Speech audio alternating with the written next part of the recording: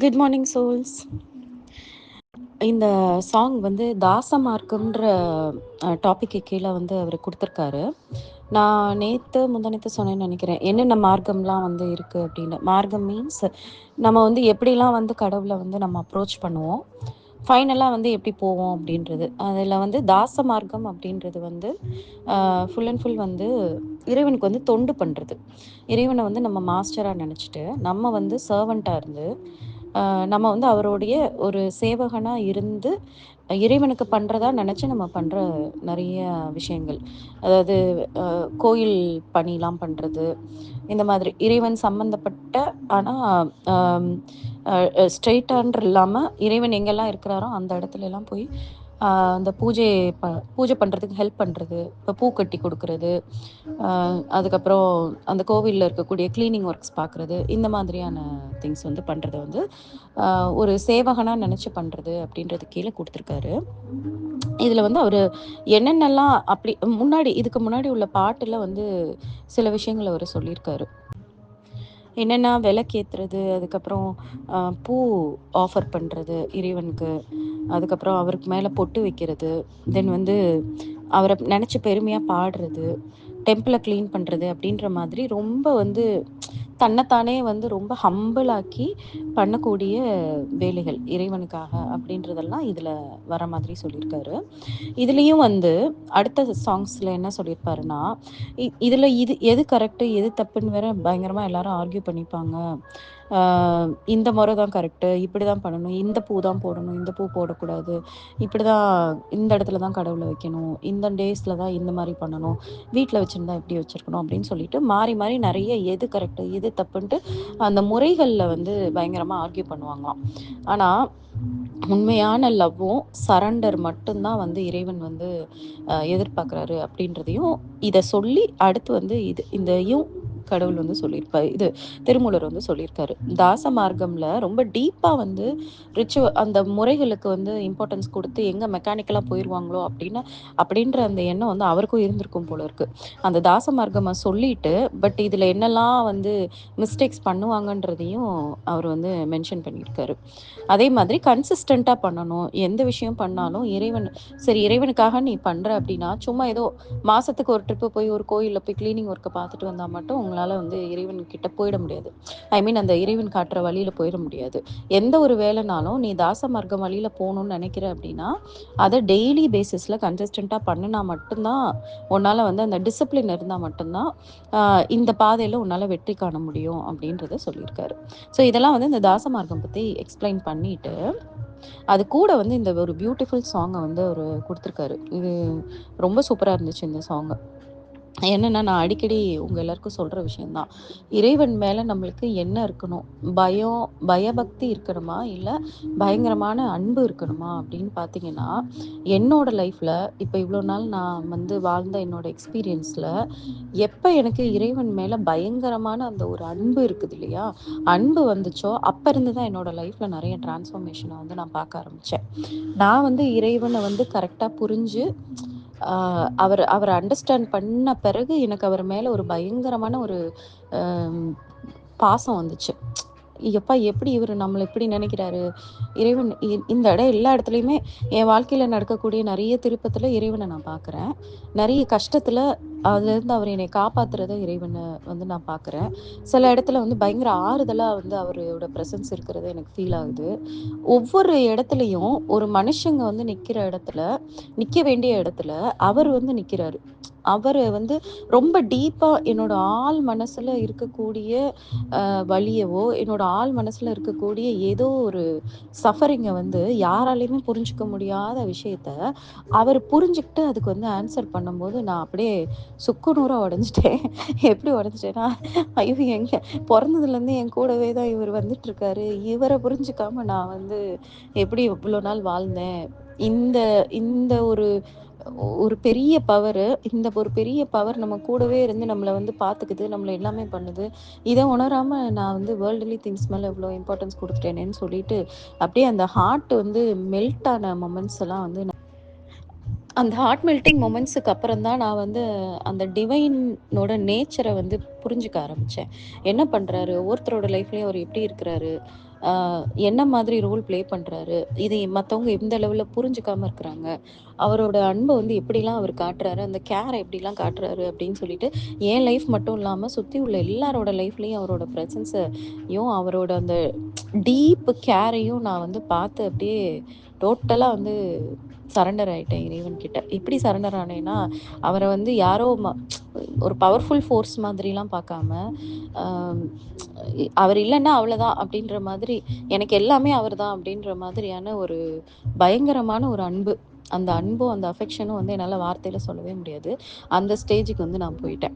ஆனா, எப்ப நான் அந்த ஸ்டேஜுக்கு போயி இறைவன வந்து ஒரு ஃபியர் இல்லாம, ஐயோ! இறைவன நம்ம இப்படிதான் பண்ணணும். இறைவன நம்ம இப்படிதான் ட்ரீட் பண்ணணும். இவரு காடு. இவர வந்து இந்த மாதிரி தான் பூஜை பண்ணணும். இந்த மாரி தான் பேசணும்.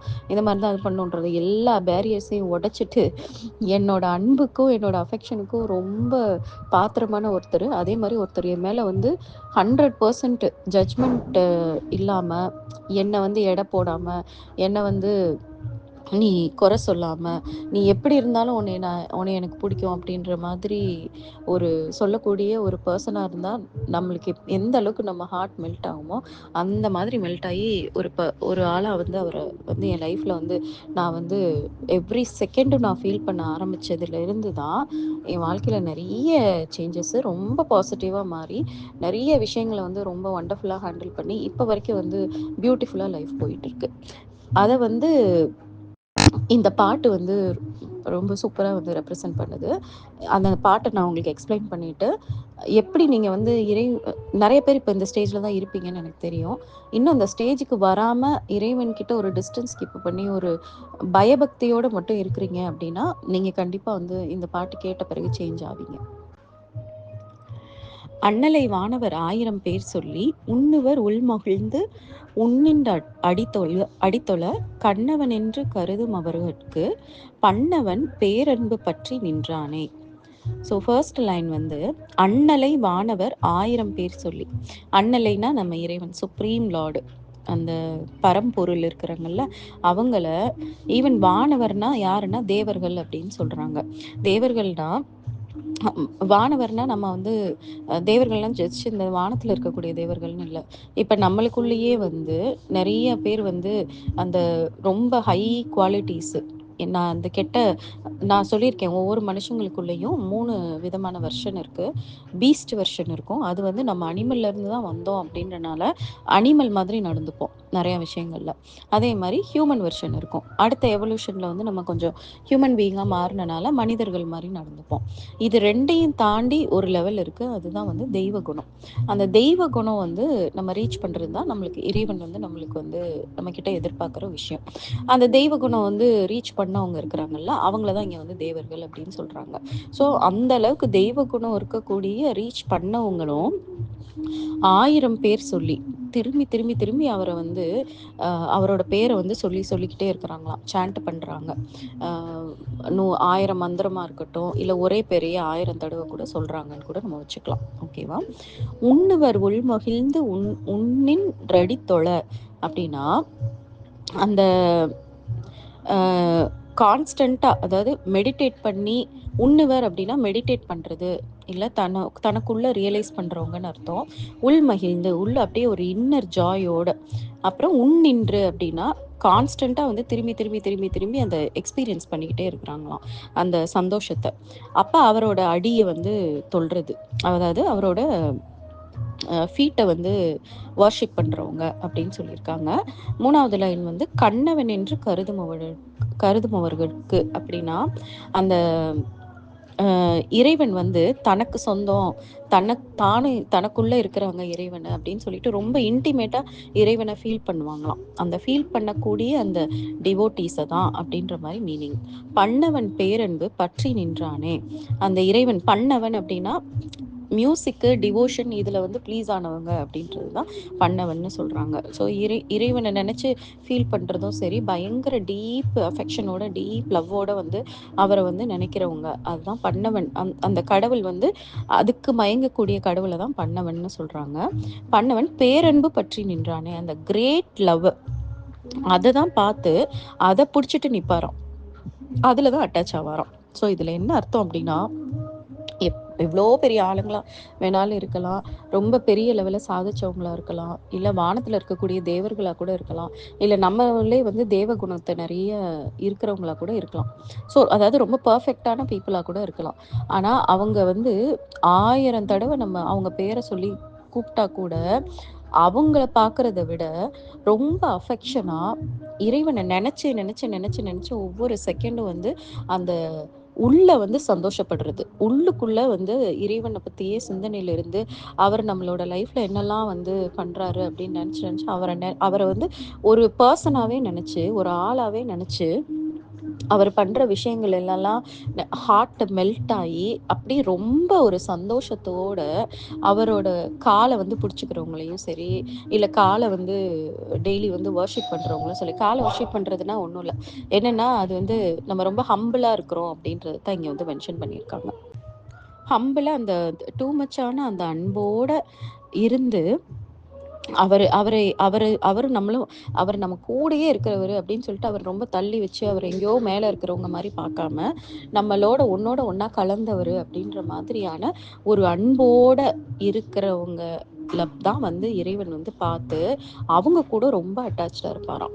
அப்ப இது வந்து எந்த இதுல சொல்லியிருக்காரு பாருங்க. தாச மார்க்கம்ல சொல்லியிருக்காரு. தாச மார்க்கம்ன்றது வந்து ஃபுல் அண்ட் ஃபுல் வந்து இறைவனுக்கு சேவை பண்றது. ஸோ அந்த சேவை பண்றதையே வந்து நீங்க வந்து கடமைக்கு பண்ணாதீங்க. மெக்கானிக்கலா பண்ணிறாதீங்க. மெக்கானிக்கலா பண்ணிட்டீங்கன்னா, எந்த பிரயோஜனமும் இருக்காது. மைண்டுல வந்து நெறைய வந்து தப்பான எண்ணங்கள வச்சுக்கிட்டு, நான் அத பண்ணணும்னு நெனைக்காதீங்க. இல்ல ஏதாவது ஒரு எதிர்பார்ப்போட பண்ணுனீங்க அப்டின்னா, உங்களுக்கு வந்து இறைவன ரீச் பண்ண முடியாது. இதே நீங்க ரொம்ப அன்போட, அ ஐயோ! இறைவனுக்கு பண்றோம் அப்டின்னு சொல்லிட்டு ஒரு ஹாப்பியோட, ஒரு அஃபெக்ஷனோட நீங்க பண்ணுனீங்கன்னா, அவரு வந்து ரொம்ப ரொம்ப பெர்ஃபெக்ட்டா வந்து பூஜைலாம் பண்ணிட்டு எல்லாமே பண்றவங்கள காட்டிலும், நம்ம மேல வந்து ரொம்ப அட்டாச்டா இருப்பாரு அப்படின்னு சொல்லியிருக்காரு. ஸோ இறைவன வந்து நம்ம வந்து இனிஷியல் டேஸ்ல வந்து நம்மளுக்கு வந்து ஒண்ணும் தெரியாது. இறைவன் யாரு அப்படின்ட்டு. நம்மள சுத்தி உள்ளவங்க என்ன நம்மளுக்கு சொல்றாங்களோ அதுதான். அப்ப நம்மளுக்குள்ள வந்து ஒரு ஃபியர் இருக்கும். தப்பு பண்ணா சாமி கண்ண குத்திருவாரு அப்படின்னு சொல்லி நம்மளுக்கு சின்ன வயசுலேருந்து சொல்லி வந்திருப்பாங்க. ஸோ காடுனாலே அப்ப வந்து நம்மளுக்கு வந்து ஒரு அன்பு அப்படின்றத காட்டிலும், நம்மளுக்கு ஒரு பயத்தோட தான் நம்ம வந்திருப்போம். ஐயோ! காடு இருக்காரு. காடு பார்த்தாருன்னா அவ்வளோதான் அப்படின்னு சொல்லிட்டு, நம்ம அந்த பயத்தோட இருந்து வி கீப் சம் டிஸ்டன்ஸ். காலையில டெய்லி ஒரு 2 நிமிஷம் சாமி கும்பிடுறேன். அதுதான் சாமிக்கு நம்ம குடுக்கக்கூடிய டைமா இருக்கும். யூசுவலா பார்த்தீங்கன்னா. அப்புறம் எங்கேயாவது சாமி ஃபோட்டோவ பார்த்தா ஜஸ்ட் கும்பிடுறது. சாமி ஃபோட்டோ வந்து ரொம்ப மரியாதையா ட்ரீட் பண்றது. அந்த மாதிரி மட்டும் நம்ம பண்ணுவோம். எல்லாத்துலயும் பார்த்தீங்கன்னா, அங்க வந்து அன்புன்றத தாண்டி ஒரு பயம். ஏதாவதுன்னா குத்தமாயிடும், தெய்வ குத்தமாயிடும் அப்படின்ற மாதிரி நெனச்சு தான் நம்ம ஸ்டார்ட் பண்ணுவோம். But over the period of time கொஞ்சம் கொஞ்சமா, கொஞ்சம் கொஞ்சமா நம்ம வந்து சின்ன வயசுல இருந்தே இந்த ஸ்பிரிச்சுவாலிட்டிய நம்ம லைஃபோட இன்டகிரேட் பண்ணிட்டு வந்திருந்தோம் அப்படின்னா, எல்லாருமே ஒரு கட்டத்துல இறைவன் மேல பயங்கரமான அந்த ஒரு அன்ப வந்து உணர்ந்து, இறைவன வந்து இப்ப இந்த பாட்டுல இருக்கிற மாதிரி ரொம்ப டீப் அஃபெக்ஷனேட்டா அவங்க லைஃப்ல ஒண்ணோட ஒண்ணா கலந்த ஒரு பவரா வந்து நினைக்க ஆரம்பிச்சு வாழ ஆரம்பிச்சிருப்பாங்க.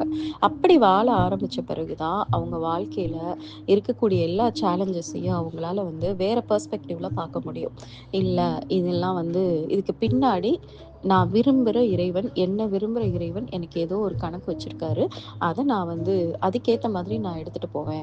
எனக்குள்ள இருக்கக்கூடிய இறைவன் மேல எனக்கு பயங்கரமான நம்பிக்கை இருக்கு. அவர் எது பண்ணாலும் என் நல்லதுக்கு தான் பண்ணுவாரு. அப்படின்னு சொல்லிட்டு ஒரு டீப் ஃபெய்த்தும், அதே மாரி பரிபூரண சரணாகதியும் அப்பதான் நம்மளால பண்ண முடியும். இந்த 2யும் தான் அவரு நம்மகிட்ட எதிர்பார்க்கிறாரு நம்ம வாழ்க்கையில. இந்த 2 எப்ப வரும் அப்படின்னு பார்த்தீங்கன்னா, டூ மச் ஆஃப் அஃபெக்ஷன். எந்த அளவுக்கு உங்களால வந்து இந்த உலகத்துல இருக்கிறவங்கள காட்டிலும் ஒருத்தர் மேல நீங்க அஃபெக்ஷன் வைக்கணும் அப்படின்னா, அது அவர் மேல தான் வைக்கணும்.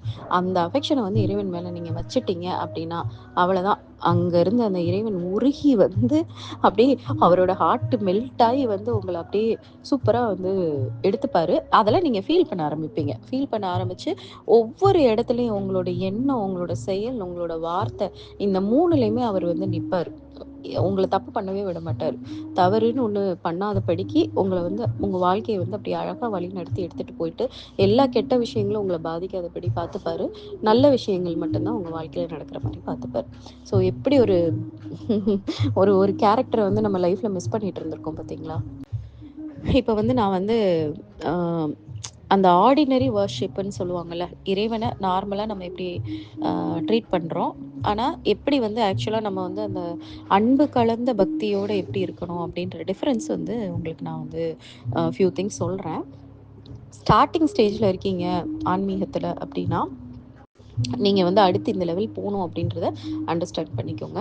அ மத்தவங்க வந்து நெறைய பேர் வந்து இந்த அன்ப வந்து ஃபீல் பண்ணியிருக்காங்க. என்கிட்ட எல்லாருமே ஷேர் பண்ணுவாங்க.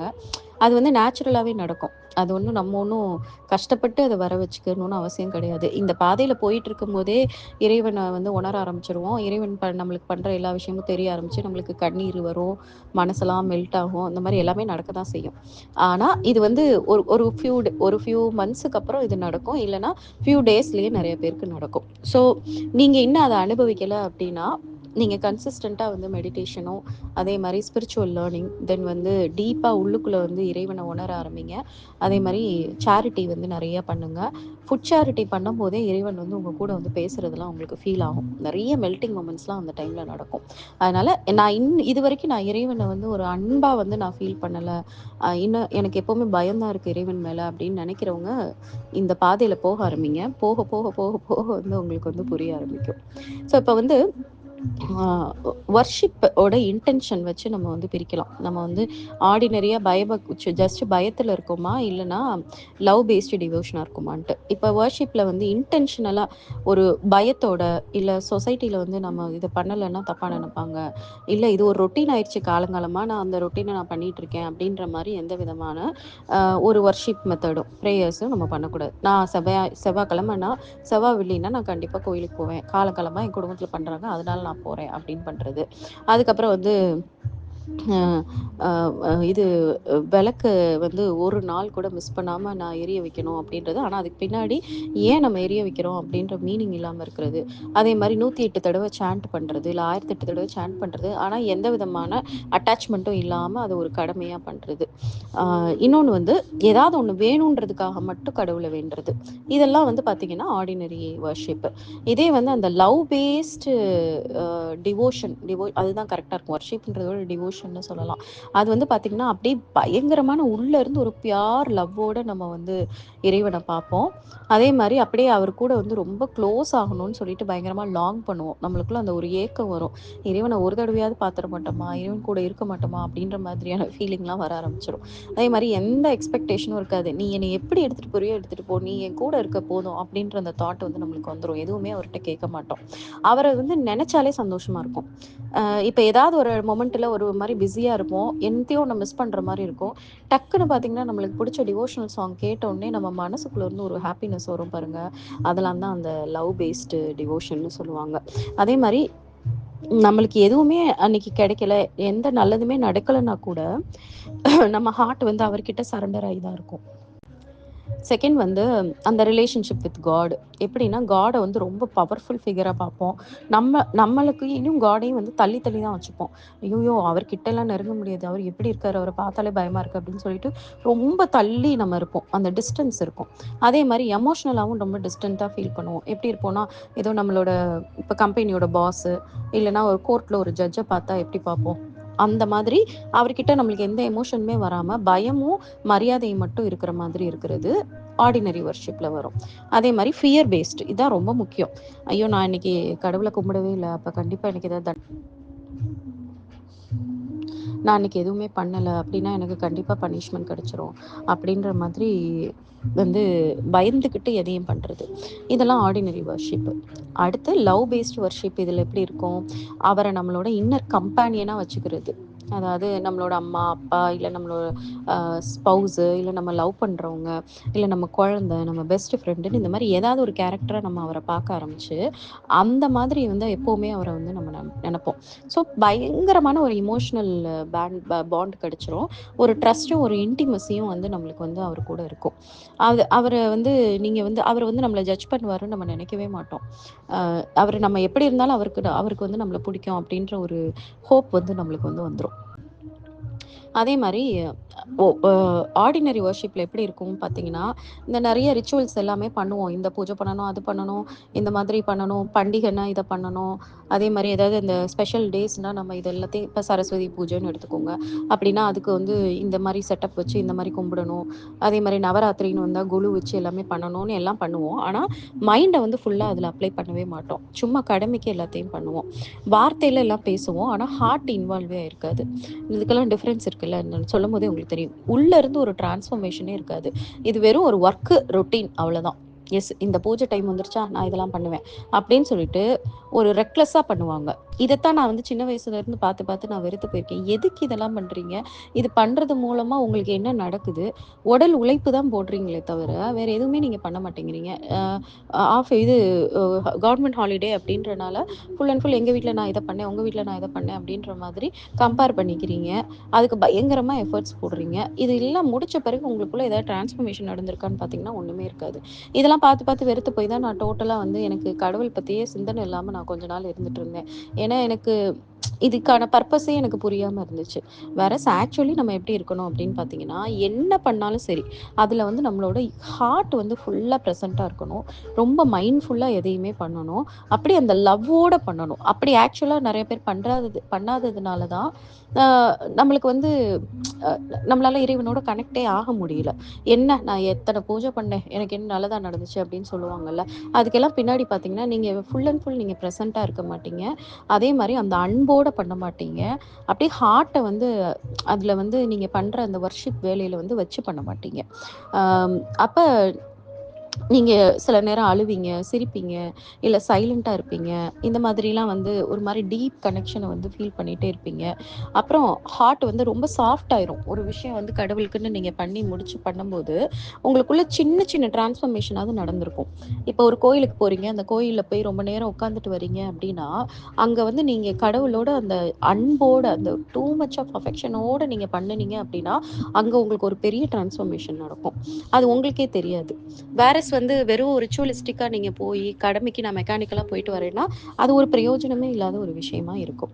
இதுதான் வந்து ஆர்டினரி வொர்ஷிப்புக்கும், அந்த டிவோஷனோட இருக்கிறதும். அதே மாரி இப்ப பெயின், ஸ்ட்ரகிள் வரும்போது, ஆர்டினரி வொர்ஷிப் பண்றவங்க எப்படி இருப்பாங்கன்னா, அவங்க ஃபெய்த்தே போயிடும். கடவுள்னு ஒருத்தர் இருக்காரா? இல்லையா? அப்படின்னு சொல்லிட்டு யோசிச்சுட்டு, அது அந்த டைம்ல என்ன பண்ணுவாங்கன்னா, கடவுள ஒண்ணு கும்பிடுறதே விட்டுருவாங்க. இல்ல கடவுள் மேல கோவப்படுவாங்க. அவங்க நெனச்சபடி நடக்கல அப்படின்னா. நான் கடவுளே இல்லன்னு சொல்லுவேன் அப்படின்னு. இப்ப எங்க அம்மா வந்து சொல்லுவாங்க. எங்க அப்பா இறந்த பிறகுலருந்து எங்க அம்மா வந்து சுத்தமா வந்து சாமி கும்பிடுறதே கிடையாது. பூஜை பண்றதே கிடையாது. அந்த பூஜை அறையெல்லாம் பார்த்தீங்கன்னா, ரொம்ப இருட்டடைஞ்சு போயி, ரொம்ப மோசமா இருக்கும். அப்ப கேட்டா, "ஆமா அவரு கடவுள் அன்னைக்கு என்ன பண்ணிட்டாரு? என் புருஷன எடுத்துட்டாரு என்கிட்ட இருந்து" அப்படின்னு சொல்லுவாங்க. வேறஸ் அவங்களுக்கு 3 பிள்ளைங்க. 3 ஹெல்தியான, ஆரோக்கியமான பிள்ளைங்க. அவங்கள பார்த்துக்கிறதுக்கு இருக்காங்க. அவங்களுக்கு அவங்களுக்கு தேவையான நல்ல ஒரு பென்ஷன் வருது. பிளஸ் அவங்களுக்கு வந்து நல்ல ஒரு வீடு இருந்தது. அத தவிர வந்து கடவுள் நெறைய விஷயங்கள குடுத்திருந்தாரு. பட் அதெல்லாம் அவங்களுக்கு தெரியல. அவங்க என்ன லூஸ் பண்ணாங்களோ, அதோட எனக்கு வந்து கடவுளே இல்ல அப்டின்ற மாதிரி சொன்னாங்க. இப்போ வரைக்கும் அவங்க வந்து ஹேப்பியா இருக்க முடியல அவங்களால.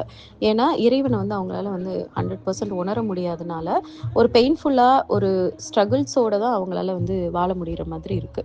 ஸோ, ஒரு பெயினு, ஒரு ஃபெயிலியர்ன்னு வந்தா அதுக்கு பின்னாடி எத்தனையோ காரணங்கள் இருக்குன்ட்டு, அந்த டைம்லயும் இறைவன வந்து நம்ம வந்து விடாம புடிச்சுக்கணும். அவர்கிட்ட சரண்டர் ஆகணும். பெயின் தான் வந்து டீப் லவ்வுக்கான டோர்வேயா இருக்கும். எப்போ உங்களுக்கு பெயின் வருதோ, அத நீங்க கரெக்ட்டா ஹேண்டில் பண்ணிட்டீங்க அப்டின்னா, இறைவனோட பயங்கரமா கலந்துரலாம். ஸோ எல்லாமே நம்மளோட ஆத்மாவோட வளர்ச்சிக்கு தான் அப்படின்னு சொல்லி நம்மளுக்கு புரிஞ்சுட்டா, நம்மளுக்கு வந்து இறைவன் மேல பயங்கரமான ஒரு பற்று வந்து வந்துரும். ஸோ இப்படித்தான் இருக்கணும். தென் வந்து டிவோஷன எக்ஸ்பிரஸ் பண்றது. எப்படி வந்து நம்ம எக்ஸ்பிரஸ் பண்ணுவோம்? ஆர்டினரி இதுல வந்து இத போடணும், இப்படி இருக்கணும், இத பண்ணக்கூடாது, அத பண்ணக்கூடாதுன்னு ஏகப்பட்ட ரூல்ஸ வந்து வச்சுக்கிட்டு, அந்த வெளியில பெர்ஃபார்ம் பண்றதையே நம்ம இது ஃபோக்கஸ் பண்ணுவோம். வேரஸ் அந்த அன்போட இருக்கிறது நம்மளால ஃப்ரீயா எக்ஸ்பிரஸ் பண்ண முடியும். நம்மளுக்கு என்ன தோணுதோ கடவுள்கிட்ட பேசலாம். கடவுளுக்கு லெட்டர் எழுதலாம், டான்ஸ் பண்ணலாம், அப்புறம் பாடலாம். என்ன மாதிரி வேணாலும் நம்ம நம்ம வந்து கடவுளோட கனெக்ட் ஆகலாம். நம்மளுக்கு புடிச்சத காடுக்கு குடுக்கலாம். ஸோ அங்க வந்து இந்த ரூலு, அந்த ரூலுன்னு எந்த ரூலுமே நம்ம மைண்ட் வந்து எது அக்செப்ட் பண்ணாது. ஏன்னா, அது ரொம்ப இன்டிமேட்டான ஒரு பெர்சனா மாறுன பிறகு, அந்த இடத்துல வந்து நம்ம இந்த ரூல் எல்லாம் பார்க்கவே மாட்டோம். எல்லாத்தையுமே பிரேக் பண்ணிட்டு, எப்படியாவது நம்மளோட அன்பையும், நம்மளோட அந்த டீப் டிவோஷனையும் எக்ஸ்பிரஸ் பண்ணிக்கிட்டே இருப்போம். ஜஸ்ட் ஒரு கண்ணீரோட நம்ம வந்து கண்ண மூடிட்டு அவர நெனச்சு உட்கார்ந்தாலே நம்ம வந்து ரொம்ப ஃபுல்ஃபில்டா ஃபீல் பண்ணுவோம். அதுக்கப்புறம் ஆர்டினரி வொர்ஷிப்ல வந்து அ எப்ப பார்த்தாலும் கடவுள்கிட்ட எதையாவது கேட்டுக்கிட்டே இருப்போம். அ ரொம்ப செப்பரேட்டா ஃபீல் பண்ணுவோம். "நீ மேல தானே இருக்க, நீ பார்த்துக்கோப்பா. நீ இங்க தானே இருக்க, பார்த்துக்கோப்பா" அப்படின்ற மாதிரி எதையாவது கேட்டுட்டு இருப்போம். வேறஸ் அந்த லவ் பேஸ்ட் டிவோஷன்ல அவர் நம்ம கூடவே இருக்கு கொஞ்சம் கொஞ்சமா, கொஞ்சம் கொஞ்சமா நம்ம உள்ள இருக்கிறத நம்ம ரொம்ப ஃபீல் பண்ண ஆரம்பிச்சுருவோம். ஃபர்ஸ்ட்டு வந்து கடவுள் நம்மளுக்குள்ள தான் இருக்காங்கன்ற ஒரு உண்மை புரியும். ஆனா, அத வந்து எக்ஸ்பீரியன்ஸ் பண்ண மாட்டோம். இந்த பாத்வேல போக, போக, போக, போக அவரு நம்மளுக்குள்ள அப்படியே வந்து ரத்தத்தோட ரத்தமா வந்து அவர் வந்து கலந்திருக்கிறத வந்து கொஞ்சம் கொஞ்சமா ஃபீல் பண்ண ஆரம்பிச்சு, எதுவுமே நம்ம கேட்க மாட்டோம். ஏன் கேட்க மாட்டோம் அப்படின்னு பார்த்தீங்கன்னா, அவர் தான் நம்ம கூடவே இருக்காரு. அவர் தான் நம்மள பார்த்துக்கிட்டே இருக்காரு. நம்ம செல்லோட செல்லா கலந்திருக்கிறாருன்னும்போது, அவருக்கு தெரியாதா? நம்ம வந்து ஒரு விஷயத்த போய் அவர்கிட்ட வந்து சொல்லணும்னு அவசியமே கிடையாதே. ஹி இஸ் வாட்சிங். அப்ப திரும்பி திரும்பி நம்ம என்ன சொல்ல ஆரம்பிப்போம்னா, "நீங்க நீங்க என் கூட தானே இருக்கீங்க. உங்களுக்கு தெரியும் என்ன நடக்குதுன்ட்டு. உங்களுக்கு என்ன தோணுதோ பண்ணுங்க. நான் உங்கள நம்புறேன். I trust you, I trust யூன்னு மட்டும் தான் நம்ம சொல்லிக்கிட்டே இருப்போம். எனக்கு உங்க மேல ஃபெய்த் இருக்கு. நீங்க பார்த்துப்பீங்க." அப்படின்னு மட்டும் தான் சொல்லுவோமே தவிர, நம்ம உட்காந்து ஒவ்வொரு விஷயத்தையும் எக்ஸ்ப்ளைன் பண்ண மாட்டோம். ஈவன் முன்னாடிலாம் பார்த்தீங்கன்னா, ஏதோ கடவுள் எங்கேயோ ஒரு இடத்துல இருக்கிற மாதிரி நம்ம பிரச்சனைய அப்படியே கிளியரா சொல்லுவோம். "எனக்கு இந்த ப்ராப்ளம் இருக்கு. எனக்கு இந்த மாதிரி இருக்கு. இந்த பிரச்சனைய எனக்கு சரி பண்ணுங்கலாம்" சொல்லுவோம். அதெல்லாம் எவ்வளோ முட்டாள்தனம்னு இப்ப யோசிச்சு பார்த்தா எனக்கு ரொம்ப சிரிப்பா இருக்கு. ஏன்னா அவருக்கு எதுவும் மிஸ் ஆயிறக்கூடாதாம். எந்த விஷயமும் தெரியாம போயிறக்கூடாதாம். ஏதாவது தப்பா அவர் வந்து புரிஞ்சுகிட்டு அவர் வந்து நம்மளுக்கு வந்து நம்மளுக்கு பிடிக்காத ஏதாவது ஒண்ணு குடுத்துறக்கூடாதுன்றதுக்காகலாம் பயங்கரமா பண்ணுவோம். அதெல்லாம் தான் ஆர்டினரி வொர்ஷிப். இப்ப வந்து எப்படின்னா, அவருக்கு தெரியாததா? அவரு தான் எல்லாத்தையும் கிரியேட்டே பண்றாரு. இப்ப அவர் வந்து நம்மள டெஸ்ட் பண்றாரு. அப்படின்ற மாதிரி நம்ம எடுத்துட்டு அந்த ஆஸ்கிங்ன்றதே இல்லாம போயிடும். அதுக்கப்புறம் ஆம் ஆர்டினரி வொர்ஷிப்ல வந்து ஒரு எப்பவுமே பெர்மனன்ட்டா ஹேப்பியா, பெர்மனன்ட்டா அமைதியா, பெர்மனன்ட்டா வந்து ஒரு ஒரு ஒரு வொண்டர்ஃபுல்லான ஒரு ஃபீல்க்குள்ள நீங்க போயிருவீங்க. ஆர்டினரி வொர்ஷிப்ல வந்து வராது அது. ஆர்டினரி வொர்ஷிப்ல என்ன பண்ணுவோம்னா, இப்ப நீங்க ஏதாவது ஒரு கோயிலுக்கு போயிட்டு வரீங்கன்னா, கொஞ்ச நேரம் சந்தோஷமா இருப்பீங்க. இப்ப ஏதாவது ஒரு சந்தோஷமான விஷயம் நடக்குதுன்னா, அப்ப சந்தோஷமா இருப்பீங்க. எல்லாமே டெம்பரரியா இருக்கும். திரும்பி அகைன் நீங்க வந்து பழையபடி வந்து ஒரு ஒரு குழப்பம், ஒரு கவலை, ஒரு பயம், ஒரு ஸ்ட்ரெஸ்ன்ற மாரி ஒரு இதுக்குள்ள அதுதான் உங்களோட நிரந்தரமான ஸ்டேட் ஆஃப் மைண்டா வந்து இருக்கும். வேறஸ் இந்த லவ் பேஸ்டு டிவோஷன்ல எப்படி இருக்கும் உங்களோட நிரந்தரமான ஸ்டேட் ஆஃப் மைண்டுனா, அப்படியே ரொம்ப காமா, ரொம்ப ஒரு மாரி பியூட்டிஃபுல்லா, ஒரு மாரி லவ்லியா ஃபீல் பண்ணுவீங்க. கிரேஸ்ஃபுல்லா ஃபீல் பண்ணுவீங்க. அப்படியே காடோட லவ்வும், காடோட ஸ்ட்ரெங்த்தும் வந்து உங்களுக்கு வந்து கூடவே இருக்கிற மாதிரி இருக்கும். எப்பவுமே அப்படியே அந்த வானத்துல மிதந்துகிட்டே இருக்கிற மாதிரி இருக்கும். எவ்ரி செகண்டுமே உங்களுக்கு வந்து ஒரு வண்டர்ஃபுல்லான ஒரு ஃபீல் கிடைக்கும். ஸோ இதுதான் வந்து இது 2க்கும் வந்து டிஃபரன்ஸு. இப்ப இத நான் சொன்ன பிறகு உங்களுக்கே தெரிய வரும். கடவுள நம்ம எப்படி பார்க்கணும் அப்படின்னு சொல்லிட்டு. அத நோக்கி உங்களோட பாத்வேய வந்து வச்சுக்கோங்க. ஏன்னா, நான் என்னோட பெர்சனல் எக்ஸ்பீரியன்ஸ்ல எப்ப வந்து நான் காட வந்து ஒரு ரொம்ப என்னோட அஃபெக்ஷனேட் ஒரு பெர்சனா நெனச்சு, காட் கிட்ட நான் வந்து பக்திய காட்டுறத விட, அஃபெக்ஷன எப்ப நான் வந்து நான் அஃபெக்ஷன் எக்ஸ்பிரஸ் பண்றது, அவரோட அஃபெக்ஷன நான் புரிஞ்சுகிட்டு சந்தோஷப்படுறதுன்னு மாறுனேனோ, அப்ப இருந்து லைஃப் வந்து கிரேட் லைஃப்ன்னு சொல்லுவாங்கல்ல, அந்த லைஃப்குள்ள வந்து போயிடுச்சு. நீங்களும் அது எல்லாத்தையும் அச்சீவ் பண்ணணும்னு நான் ஆசைப்படுறேன். Thank you all.